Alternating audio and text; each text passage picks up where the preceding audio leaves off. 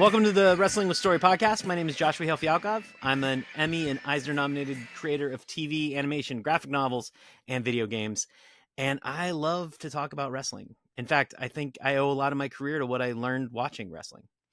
And one of the things I wanted to do on the podcast was to talk to some of my friends and contemporaries who feel the same way. And I found out it was going to be more challenging than I expected because a lot of us in Hollywood, well, we keep our love of wrestling hidden away. In fact, the way I found out that our guest today loved wrestling was when I walked into a meeting we were having together wearing a New Japan Pro Wrestling t-shirt and his face lit up. It was sort of like he could admit we were in the same secret club. But that's not the only secret club that we're in. He's also a multi-hyphenate, having worked extensively as a producer, a writer, a publisher. The first time I heard his name was when he was doing adaptations of manga for the American comics market. Since then, he's gone on to work on everything from Star Wars audio dramas to documentaries about Grant Morrison and Warren Ellis to the Transformers cartoons for Netflix. He's the head of film and television for Vault Comics. He does commentaries on Kung Fu movies and has a huge slate of movies, series, and cartoons in development that we will talk about as we get going. So I am thrilled to introduce FJ DeSanto. I'm happy to be here. It's like all the stuff I've watched on Instagram now I get to see in person. I know it's like a dream come true to get to talk to me not while we're working, I think. Exactly. I got all that right? What did I miss? Like if you were to make a headline for yourself, what would your headline be? Yeah, it's like the old Jeff Jarrett quote about wrestling, which is for those who uh, don't believe, no explanation will suffice, and for those who do believe, no explanation is needed. And that I think applies to our business also. Yeah, it's true. I mean, do you consider yourself a producer or a writer first? Like what's your if you were to Producer first. A if you were to writer came to me later. how did you become a producer? Like I've always because I became a producer by default, right? Like I started as a writer and then I realized that when you're a writer, you have no choice but to become a producer. So how did you become a producer? What was the path that actually led you there? It was the opposite of how you did it, which was a million years ago working for the executive producers of the Batman franchise.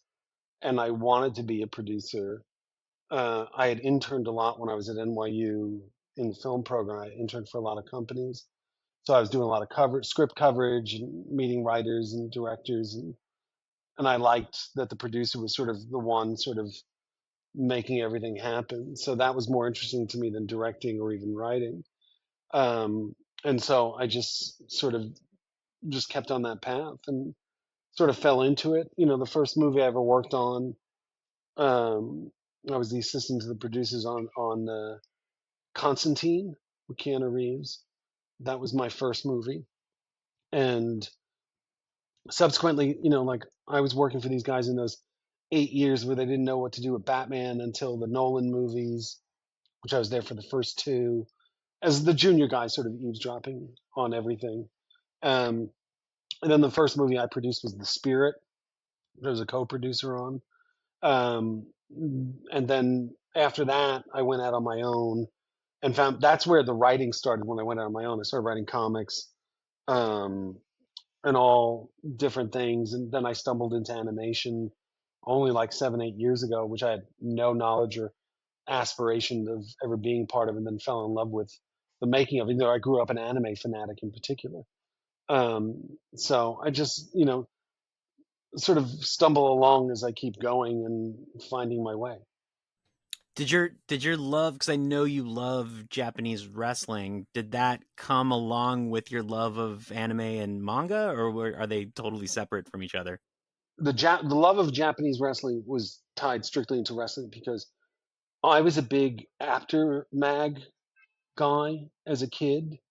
So I had subscriptions to like Pro Wrestling Illustrated and Inside Wrestling and The Wrestler and, you know, all that stuff. So it was, you know, like, and all those other territories that you couldn't see, whether it was Japan or even the stuff like in the Mid South and all that stuff was all like mythological and sort of, you know, these weird things you'd hear about and sort of fascinate over.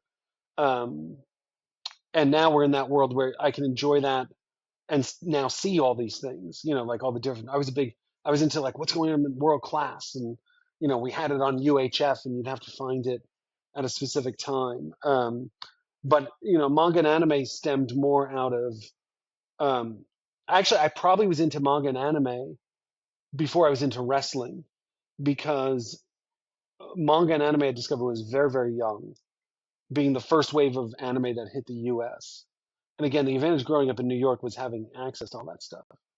And wrestling, I got into. I mean, look, I was young when I was into wrestling, like 9, 10 years old.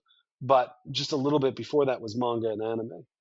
It's interesting 'cause I find like so I grew up I don't know if we've actually really talked about it, but like because I fell in love with anime and manga when I was probably like 7 because I have a brother who's about 10 years older than me, and his best friend was obsessed with Japan and moved there when he was like 19 years old, and he would bring me comic books back. So I would get Oh Shonen wow. Jump, and I would get, the phone books.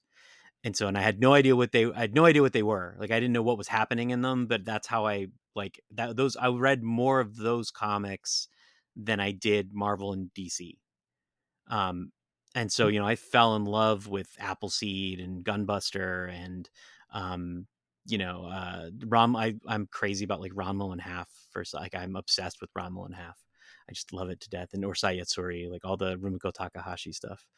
Um what I've come to like love about Japanese wrestling in particular is there's this similarity between the two of them in that there's this like I don't know if you see this or not, but there's an earnestness combined with an overstatedness that is sort of like definitively not what you think of as Japanese culture. Like it's not what we have been taught is Japanese culture, but is so definitively Japanese and so not what American wrestling is and not what American comics are. Like they're just so uniquely and very specific to their culture. Um, and they feel like each other. Like they really complement each other in a really unique way. Um, and like even that the great all the great wrestling heroes have all the great all the great classic wrestling heroes have a very anime feel to them, even how they wrestle, even to the shouting and the shrieking, and like they don't do stories, obviously, right? Like the story stuff is pretty weak in comparison to what we do in America, but they still have the way that they use expression and the way that they use their in-ring acting has just such a like definitively anime feel to it that I think that's part of what I find so attractive and so enjoyable about it. I think that's their. I think those similarities are rooted in Japanese escapism.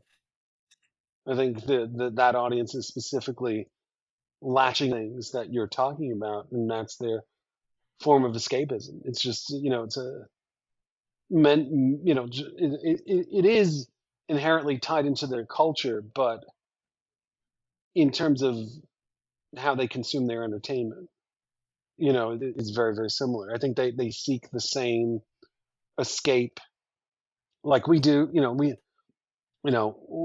As Americans, we're gluttons for everything, but you know, it's not as over the top. It's not as et cetera in Japan, but it's still rooted in the same emotions.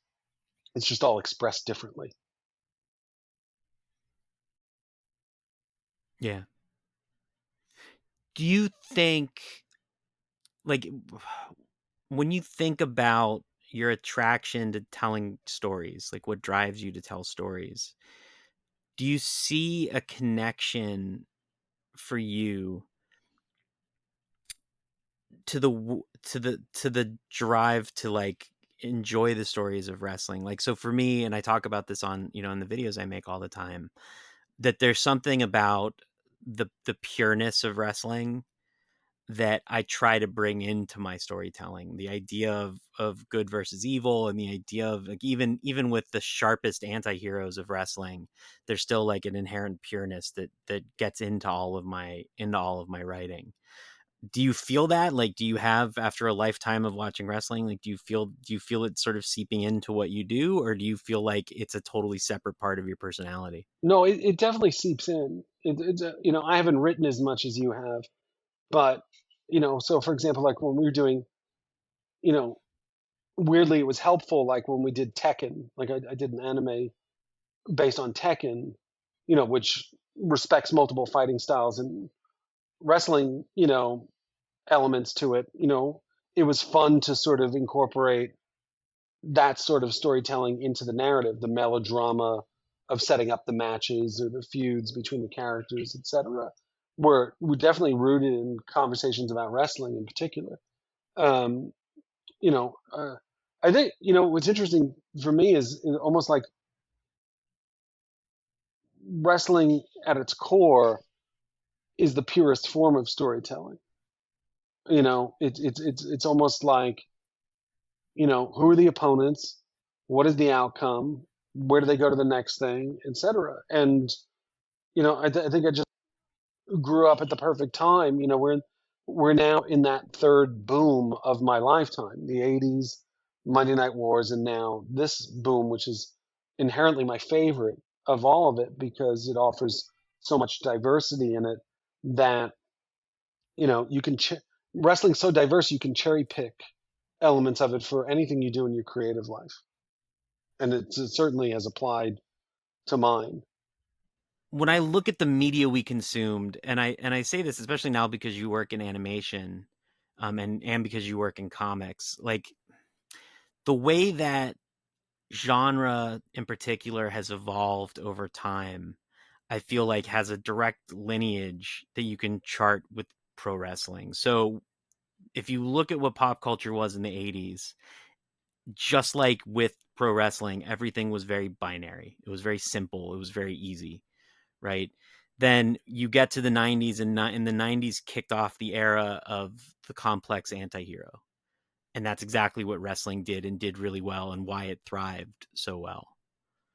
And now we're in this third era where it is more, where like there are, everybody is a tweener, right? Like everybody isn't a hero and isn't a villain. Everybody is both, and they're constantly going back and forth. And like the idea of evil is far more complex, and the idea of all these things that are now just built into our pop culture. Um, do you feel like that works itself again? Like, do you feel that working into your work? Is it something that you're like actively aware of, that you feel, and is that, you think, also why wrestling is succeeding right now, because it so accurately portrays that, and it's doing such a good job of it right now? I think wrestling always is a reflection of culture and is always best when it's a reflection of culture. And subsequently, where in the '80s in particular, it was a very pure form of Americana and what Americana was in that time, whether it's Hulkamania or even the NWA stuff, which I was a huge fan of, into WCW. And then subsequently, when you get to the '90s, it's reflecting the boundary pushing and in its own weird way, as symbolic with Hogan turning heel in the NWO, is a rejection of the era beforehand. And then I think the current era, you know, is a more global minded expansion, of our ability to access things more, through technology, et cetera, and subsequently taste change and evolve. And, you see that, I mean, we could have a whole conversation about AEW versus WWE, but AEW is almost born out of WWE sort of being, in my opinion, almost like a weird representation of America globalism in its, we do it one way, we do it this way, we're this. And AEW's a reaction of, no, there are other ways to do it. There's other ways to do that. And, it's like a cool indie band, you know, giving the finger to the major labels or something like that. So it's always been a reflection of our time. And I think, how it applies to my work and my creativity is it's wrestling's always a reference point. There's always some kind of reference point that you can point to because now we've had, you know, a half century of stories to pick from. And, you could say you want somebody to feel a certain way. It depends on who I'm working with. Somebody understands the reference. We could sit there and go, hey, I want somebody to feel the way they did when Orndorff betrayed Hogan with that pile driver. You know what I mean? Like, and they might know that specific thing or not. You know what I mean? Like where were you when that happened? And it reflects, you know, also the age. Like I'm, fortunate to be the right age to have lived through these eras at a point where they spoke to me at that particular moment where I never felt like it passed me by. Um, you know, and it's almost like comic books. Like you'll understand this being the right age of, okay, I was 9 years old when New Teen Titans came out, and that's my favorite book ever. And it reflected teenagers that were older than me, and that spoke to me. And then subsequently, you get to Dark Knight, Watchmen, et cetera. And I feel like comics grew up with me, and at the right moment where I could maybe check out of this. Something always came to pull me back in. It's harder now with comics, but there's also much more diversity. There's much more appeal to the taste, which is very similar to wrestling. I'd reached a point in the last 10 years where I wasn't really engaged by WWE, and that subsequently was the emergence of New Japan and ROH and stuff like that, and I was latching on to, especially those guys who eventually form AEW was a big game changer for me. Like even like a web series like Being the Elite, sort of was more engaging to me than watching Raw. Um, so it's just people's tastes change, and there's so much diversity out there that I'm excited. There's something for everybody in the various medium we're talking about. I'm not going to put you on the spot and make you do it, but as a producer, when you think about, because I like, this is what I end up doing, and I watch. We talked about this we were actually talking about this the other day when we were on a business call. Um, I watch wrestling sort of bifurcated. Like I'm watching it now trifurcated, if that's a word. Right. I watch it in part just because it gives me sheer joy. But then I also watch it partly like as a TV producer and thinking about how it functions. And then the other part is watching it being like, how can I make a video out of this? What's the what's the video? What's the video that I'm about to make going to be? But the producer part of me is fascinated by the weird war that's going on that isn't even really a war, especially once WWE moves to Netflix, because then it's just not a war anymore. It's just two separate companies that work in two totally different ways that happen to be in the same medium. Talk about a little bit about what, as a producer, you find sort of most interesting about both companies. And then if you want, you can talk about what you would do differently, or like, or even just what you can kind of learn as a producer from both and how people respond to them. My interest in it as an adult, like as when you're young, you're interested in the characters and the feud and what's going on. I And stumped you. in particular, in the 90's, I grew fascinated by the mechanics of the business, that it's such a unique business unto itself, and how that works and how that exists, which now in 2024, you know, is a much trickier thing to do if you're WWE, where they've got to clean out a lot of that history and those sort of things that go with that. So that in the 90's was when I really got into like the dirt sheets and all that stuff, because I was fascinated by behind the scenes stuff. Like I was really interested in like the contracts and the blah blah, blah, and had befriended some wrestlers, and even applied when I was in my early 20s for a writing gig. I have a rejection letter from Vince McMahon's office somewhere, and and I still am fascinated by the business of it. Not necessarily like I don't care about ratings. I don't care who watches, etc. Because I think everybody consumes everything differently now.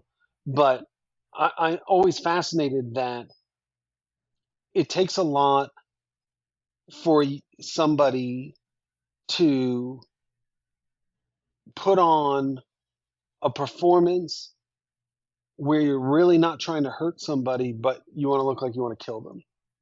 And I love that, and I love the drama, and to sort of go into the differences between the two companies. You know, I think one of the Ah, reasons why I sort of we're doing so tuned out good. of WWE in particular is the fact that they really took the emphasis off the wrestling. And also, I really think that Performance Center in particular has homogenized the in-ring product. Like I wasn't excited about the in-ring product. And I found my years just being interested in certain wrestlers and certain Hmm. feuds, etc. And that was it. Whereas, with AEW, if I'm going to sit there for 2 hours, I'm going to get 5 or 6 different styles, 5 different matches. I think they've done a great job sort of improving their women's division. Um, and I just think it's a better balance of storytelling and in ring, stuff. It's just that's what speaks to me more now than it does. And I was lucky, when I was doing my recent shows to spend a lot of time in Japan, and I was going to New Japan shows. Like I went to G1 Climax with Kenny and Naito, and and again that's a year or two before AEW's born, Wow. and there's the Bucks are on the card, and Cody's on the card, Hangman's on the card, Okada's on the card, and you're sitting there going, "Wow, who are these guys?" Like, and I sort of knew them already, but it was like to see them in person was like, "Oh, I get this totally. I'm into it." And I sort of liked the punk rock attitude of how they approach things with BTE and all that stuff. So it just spoke to me more now because I knew the payoffs were gonna be great matches, etc. And to be honest, I think it's been a long time since WWE developed somebody that I'm excited about. Like I feel like the last person they signed where I was like, holy shit, was like AJ Styles. And that was coming off of his New Japan run, which I watched Hmm. religiously, and then they signed, you know, Nakamura and just completely ruined him, which sort of confirmed like everything since the 80's, which was like whenever somebody I liked from NWA jumped, they'd find a way to screw it up or they'd dilute them or not make them as interesting as you can. And, it's Hmm. it, in that regard, I think some of that still applies. Like, I still think WWE is too story driven and still, uh, the problem is now it's a corporate thing and we're how many generations into it where it's embedded in the culture, right? Like it's so like to me there's pro wrestling and then there's WWE. And that's not a knock, but it is this own universe to itself where in a lot of instances, in the old days it was exciting if somebody jumped ship. Now it's like the WWE audience doesn't really know about AEW or New Japan. They don't really give a shit. And that's fascinating to me. Like that's interesting because now it's the brand is more important than any one person than it ever was before, where the company was very reliant on Hogan and then eventually Rock, Austin, those guys. Now it's sort of like you can interchange those people on top. It's Roman, it's Cody, etc. And I think that's really interesting. And like the brand's never going to take a big dent. Um, but I do think, to their credit, they've upped their game since AEW. Like I think it's given them a reason to sort of be motivated and push forward, etc. Um, but I, I'm I'll maybe watch a couple of segments. Like my WWE consumption now is YouTube clips, right? And pay-per-views. And for me, it's still the big pay-per-views. It's, what Rumble, Mania, SummerSlam, Survivor Series are sort of my core tenants. And if I'm home, I'll put the other ones on. I don't even like them now because it's all commercial based stuff. It just feels like an episode of Raw with a bigger crowd, um, etc. Like those things don't speak to me. But I'm also not tribalistic where it's like, oh, screw them, I hate WWE.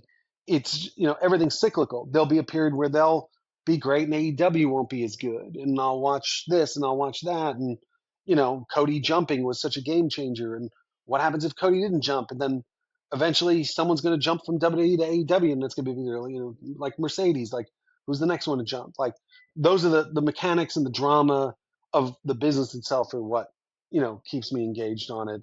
But I'll literally sit through every minute of Dynamite, Rampage, and Collision. And WWE, it's like more like what Twitter's telling me, like, oh, this was a cool segment. All right, I'm going to go watch that segment. And 9 out of 10 times it's an interview and not a match. Sorry, I rambled on there for a very, very long time.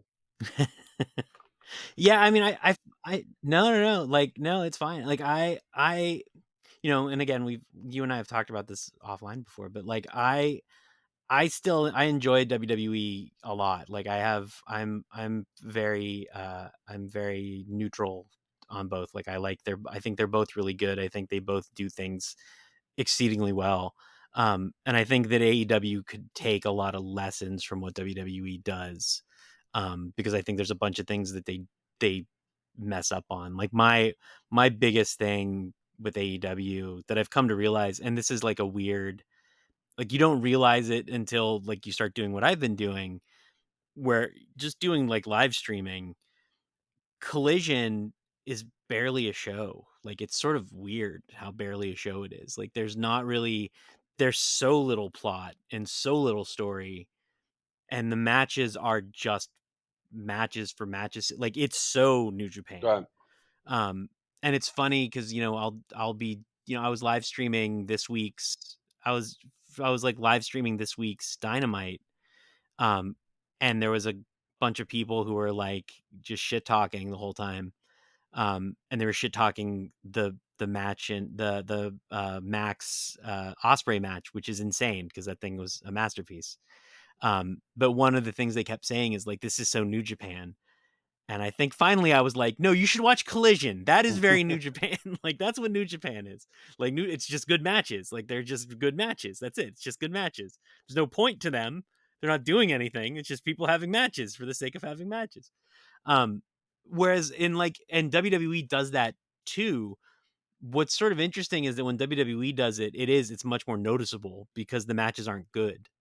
The matches aren't like particularly satisfying because it's just like two toys playing with each other for a little bit. Um, and I think there's like production stuff, just the way that WWE does production in general is so sophisticated and so gorgeous. Like just the shows just look so good. Um and that's just because they're a machine. They're a machine that knows what they're doing. So like I look at it, having worked in live TV and having worked in, that world before, and I'm just sort of constantly amazed at the caliber of how good stuff looks. But then you also have episodes like last week where it looked like for some reason the stadium they were, or the arena they were in, the whole backstage looked like a high school.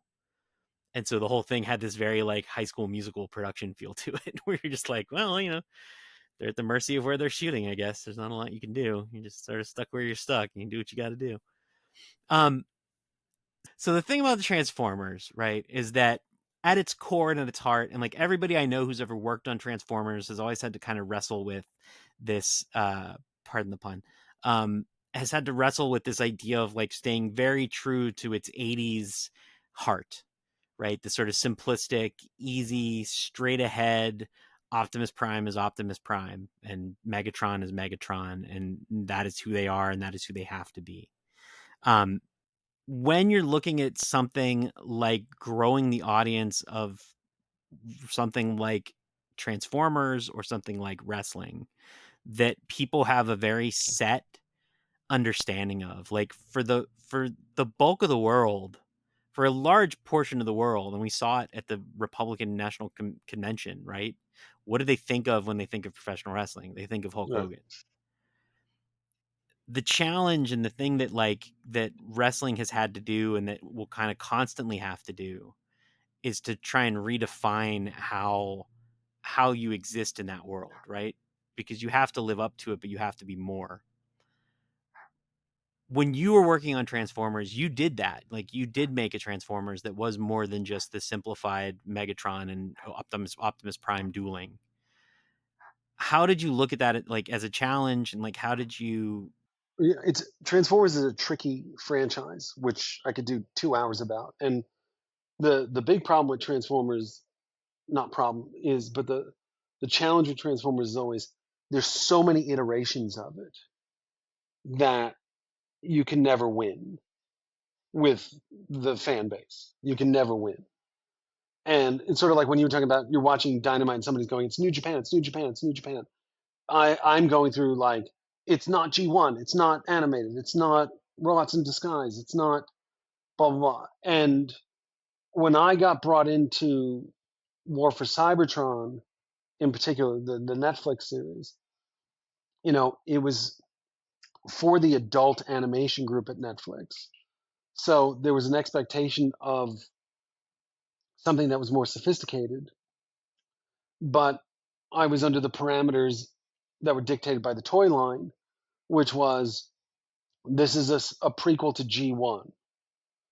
So inherently, those characters, had to sort of at least be modernized versions of the classics, which, by the way, was a good thing. And we had approached it in a sort of J.J. Abrams Star Trek way, which was, hey, if you watch this thing for 40 years, all that stuff you loved happened, but we're going to do something here that throws a curveball and forms its own thing.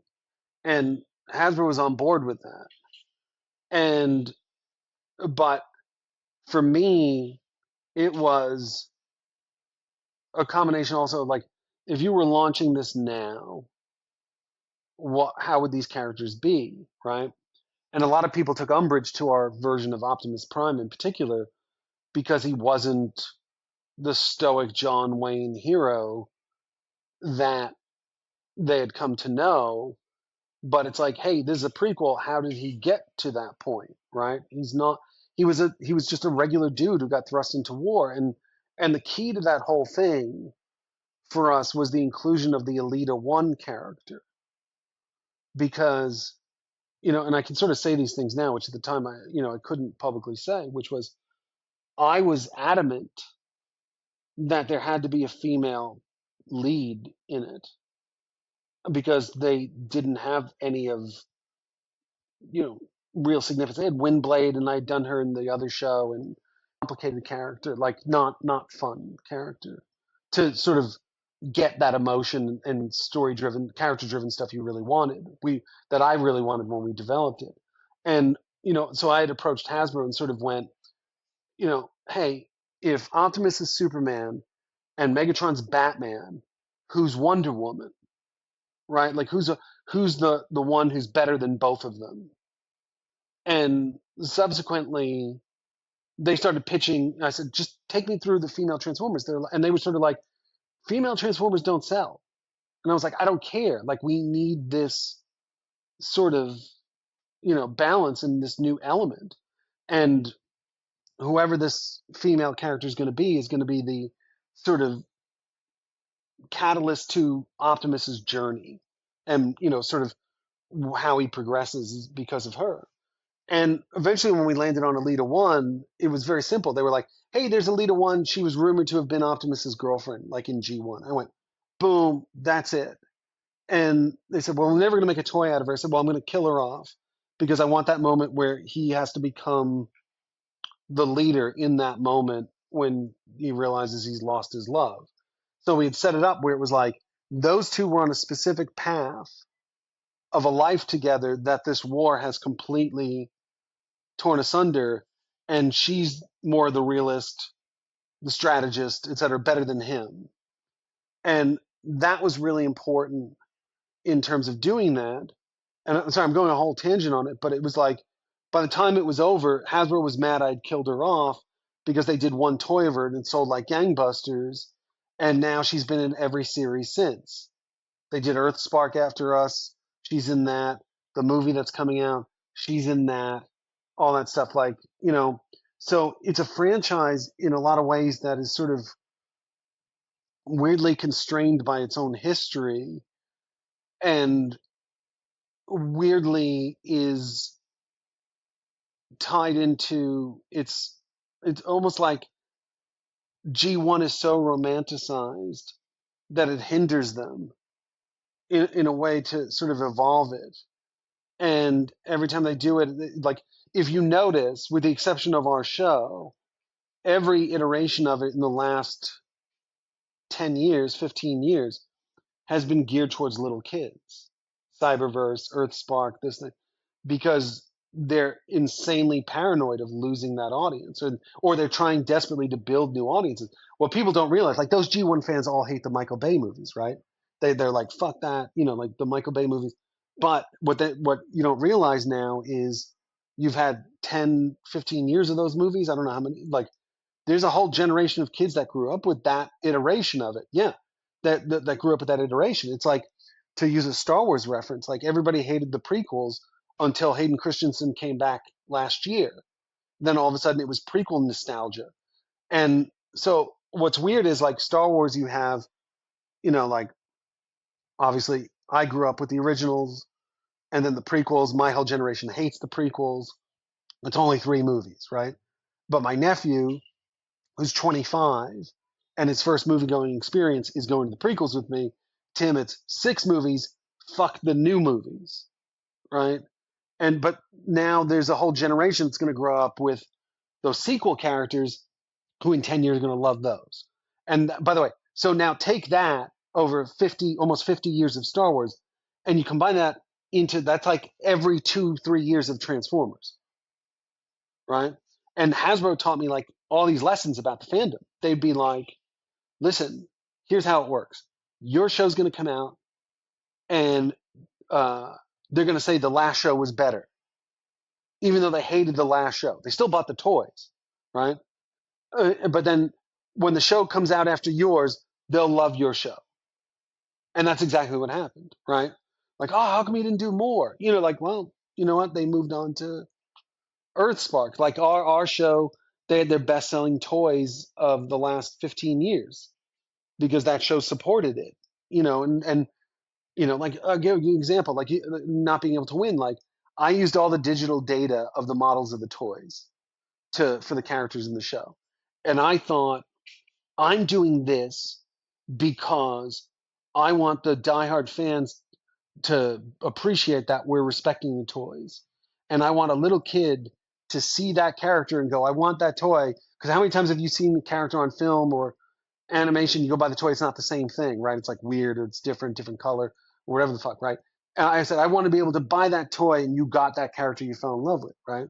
And then we do that and they go, well, we can see the toy hole here and the screw here and the joint here. It's like, I can't fucking win. Like, I literally had a guy on staff in Japan who made sure that the main characters transformed exactly like the toys, like to the T. Like when you see Optimus or Megatron transform, it's literally how the toys transform. This is a guy whose whole life for 35 years has been just transformations. Like they hire him for Gundam, they hire him for all this stuff. And his job is he will literally dismantle the toy, look at the directions, and build the model that they give to the rigging team to put it together, right? And I thought, I'm giving the fans what they want. They don't give a shit. Well, how come this one didn't transform? Well, I can't afford it. Like that kind of thing. Sorry, I went on a whole tangent. It's like therapy. I'm reminded of when I wrote like the first work for hire comics I did is I wrote Vampirella. And I was really like, I loved Vampirella when I was a kid. I was a big fan of all the Warren horror magazines. And I went and So I thought about like what would I want to do? Like if I was writing, like if I was reading these books, what would I want? And the thing that I thought was like I loved that supporting cast. And like they haven't used that supporting cast in like 30 years. So I was like I'm going to bring back the supporting cast. And then I thought to myself, before I do that, I should make sure that there's people who are actually interested in this. And so I'd go online and I look in like the message boards and the forums. And sure enough, there's like hundreds of posts over years of people being like, where's the supporting cast? Why don't we use the supporting cast? Whatever happened to the supporting cast? And I'm like, these guys are going to love me. They're going to be thrilled when I bring back the supporting cast. And so I pitch it to the publisher, and the publisher's like, "That's a great idea. We hear it all the time that we should bring back the supporting cast, and nobody ever wants to do it." So I go and I write the book, and then first issue comes out, and they get an overwhelming response. Who the hell are all these characters? Why are you doing all these stories about all these supporting characters? Who cares about all these people? I just want a book about Vampirella. I always remember that. I always think to myself, like, oh yeah, just everybody's wrong. Everybody's always wrong about everything. Social media is no longer, I have this expression, you'll understand this. Twitter is the new Hall H, right? Whereas Hall H used to be Yeah. a barometer at Comic Con, for anybody who doesn't know, used to be the barometer to test or preview a movie or TV show and get a reaction and know how to market it. And then it became a rock concert, so everybody was just happy to be there, right? And didn't give a shit if it was good or Right. bad. And it wasn't a valuable marketing tool to the average person anymore. And Twitter is now like that, especially with wrestling in particular, which the insane takes are nuts. But when I was doing Transformers, they said to me, can you do this or something? I forget what it was, and I went, and I'm in Rhode Island, like, and it's like a conference table, like 30 people on one side and me on the other, right? And I got my cup of tea with a stir in it, Mhm. and and it's, like I said, it's the biggest fucking conference table I've ever seen in my life. It could fit 60. I'm not joking. And they said, can you do this? I said, guys, if I do that, I'm going to get crucified. Like already get hate messages on Facebook, Instagram, Twitter, blah, blah, blah. And, like the audience will kill me. And they said, and the head of the brand, a guy named Ben Montano, said to me, he goes, FJ, you see this table, this giant table? I said, yeah. He said, imagine this giant table is the worldwide Transformers buying audience. And in the age of modern technology, we know who's buying it, what they're buying, who they're buying it for, when they're buying it, what's making them buy it, and we have everything down to their credit card expiration date. He goes, you see a cup of tea with a stir in it? I said, yeah. He goes, in that tea, in that cup of tea, is everybody who's attacking you on Instagram, Facebook, and Twitter. And guess what? They're still all buying everything on the first day. They're still going to the theater and watching your show the second it launches on Netflix. Worry about everybody else. And it really blew my mind. Like it really, sort of, and to go back to the wrestling comparison, that to me is WWE, right? Like that to me is like WWE knows that global audience in such a big way that who am I to question it, right? Like who am I to sit there and go, well, obviously you're doing something right. Every year's profitable, et cetera. And the same thing with Transformers. It's like, well, you're selling toys. You know how to do it. That's your core business. You've been doing it for 40 years. I've been here for 4, doing these shows. You know what's up. But I also think it's true. I also think it's true for AEW. What I find again, like just doing this now for the past few months, like the amount of vitriol that WWE fans have for AEW fans and vice versa is sort of staggering. And the main thing that everybody says about AEW is how much they hate Tony Khan, and they hate Tony Khan's booking, and they hate like everything he does is wrong and stupid and doesn't make any sense. But the reality is that there's still, if you believe the ratings, and the ratings aren't actually 1-to-1, and the ratings don't, knowing, again, just having worked in TV and knowing how ratings work, the ratings are not actually the numbers that they say they are. But if we take the ratings as reality, there's 800,000 people who are watching the show, with the overnights. That doesn't include people watching it online. That doesn't include people pirating it. That doesn't include people not watching it in North America, right? Or not even in just America proper, right? So there's all these people watching it. And then there's, 500 people online who are upset about it. And those 500 people are very, very angry. They're very, very, very, very, very angry about it.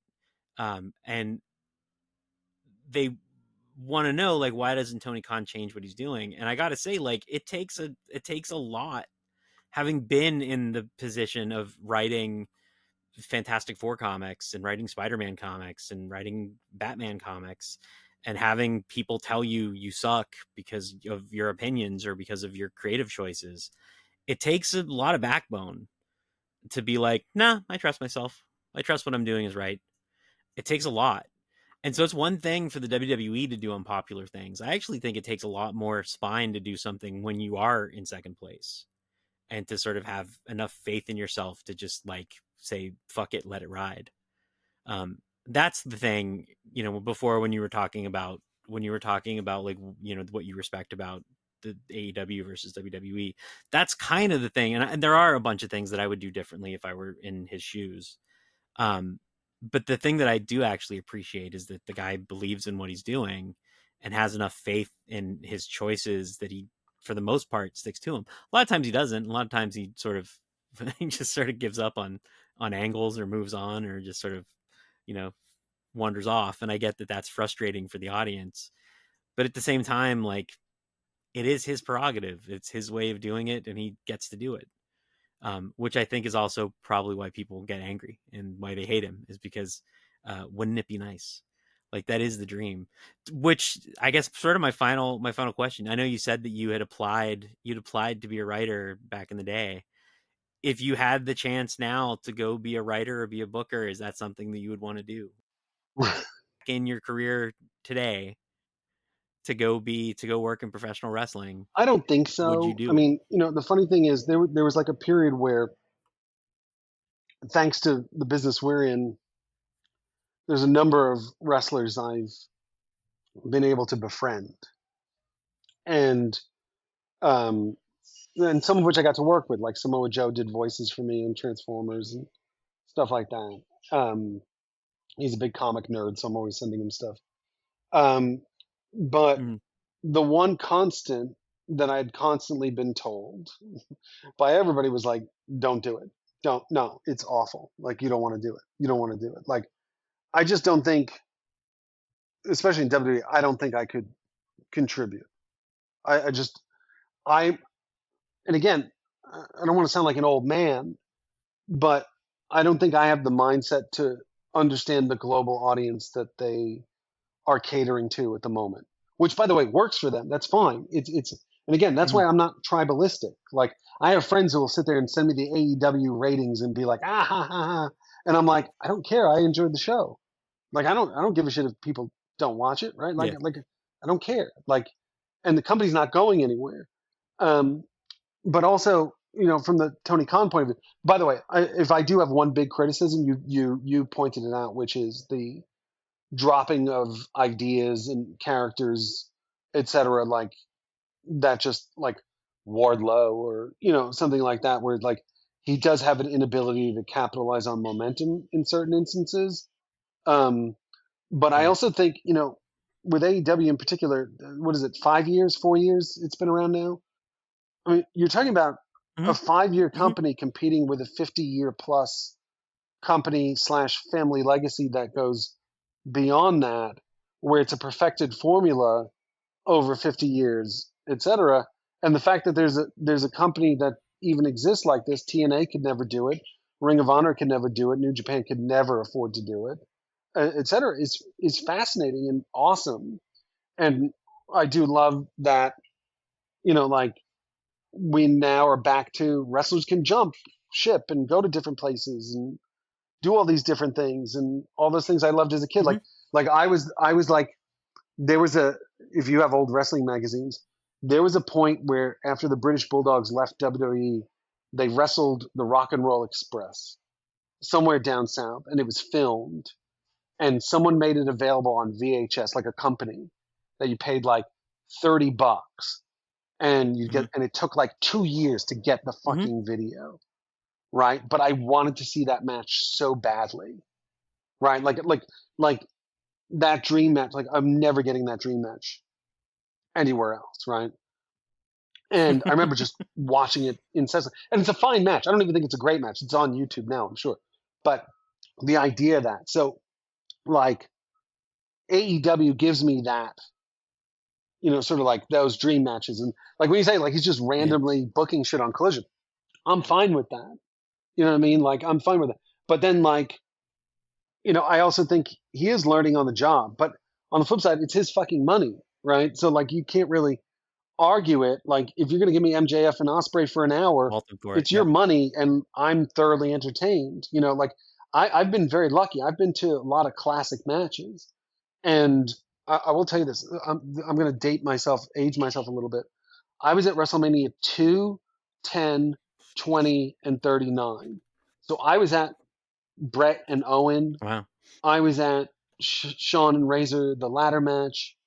I was at when Benoit won the belt in the triple threat, which is erased from Hmm. history. I've been very, very fortunate to see some great wrestling.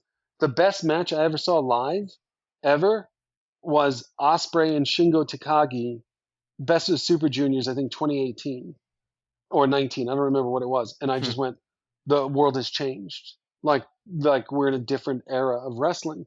Hmm. And it made me just appreciate the whole thing. And that's why I don't get mad at WWE or whatever the fuck. Yeah. Like I'm not going to sit there and shit on anything wrestling, because wrestling for me is like Star Wars, right? So I have blinders with Star Wars. Like I don't get like I can admit when something doesn't work or the show's mediocre or whatever, but I can't get mad at something that has given me that much joy for that much of my life, right? And that applies to wrestling, right? Like Right. I've seen the ups and downs. I've been to the ups and downs. If I told you the amount of shitty house shows I went to as a kid, where like Ken Patera was in the main event. You know what I mean? Like shit like that. Like, my first ever match was Hulk Hogan and Don Morocco in the steel cage at Madison Square Garden.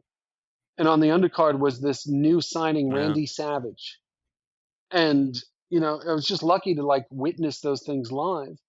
And, I just can't get mad at it. And I'm just lucky that we live in this era where we have access to all this stuff. Like that's the fun part of YouTube and Twitter is like, I follow all those like retro Japanese wrestling site, like things I heard about as a kid. Like, oh my God, I didn't know this guy wrestled in All Japan for one match, right? Or like Ricky Steamboat. It was one of my all-time favorite wrestlers of the 80s is Ricky Steamboat. And, Right. and I was just watching, they did the A&E bio thing, of him. And there was a lot I didn't, and I was like, oh shit, I didn't know this, this, and Hmm. this. And I went to YouTube and I watched, oh, he wrestled Muda. Muda's in my top three ever. That was my obsession with wrestling as a kid. Was Muda was the entry point to New Japan. So like I had seen Muda in the NWO and I went, the hell is that? And I tracked it and then stayed with him, forever. Uh, but anyway, I'm rambling on. But it's just it's wonderful. It's wonderful that we're in this age of I like like anything I like, whether it's comics, whether it's music, whether it's I always want something new. Like show me something new, right? And because I'm not that I'm never going to be that old man and goes back in my day. It's like no, those were great, but now it's all like chapters of a book building. Like like I'm not sitting there like oh Osprey and does all these crazy moves and the lucha guys do this.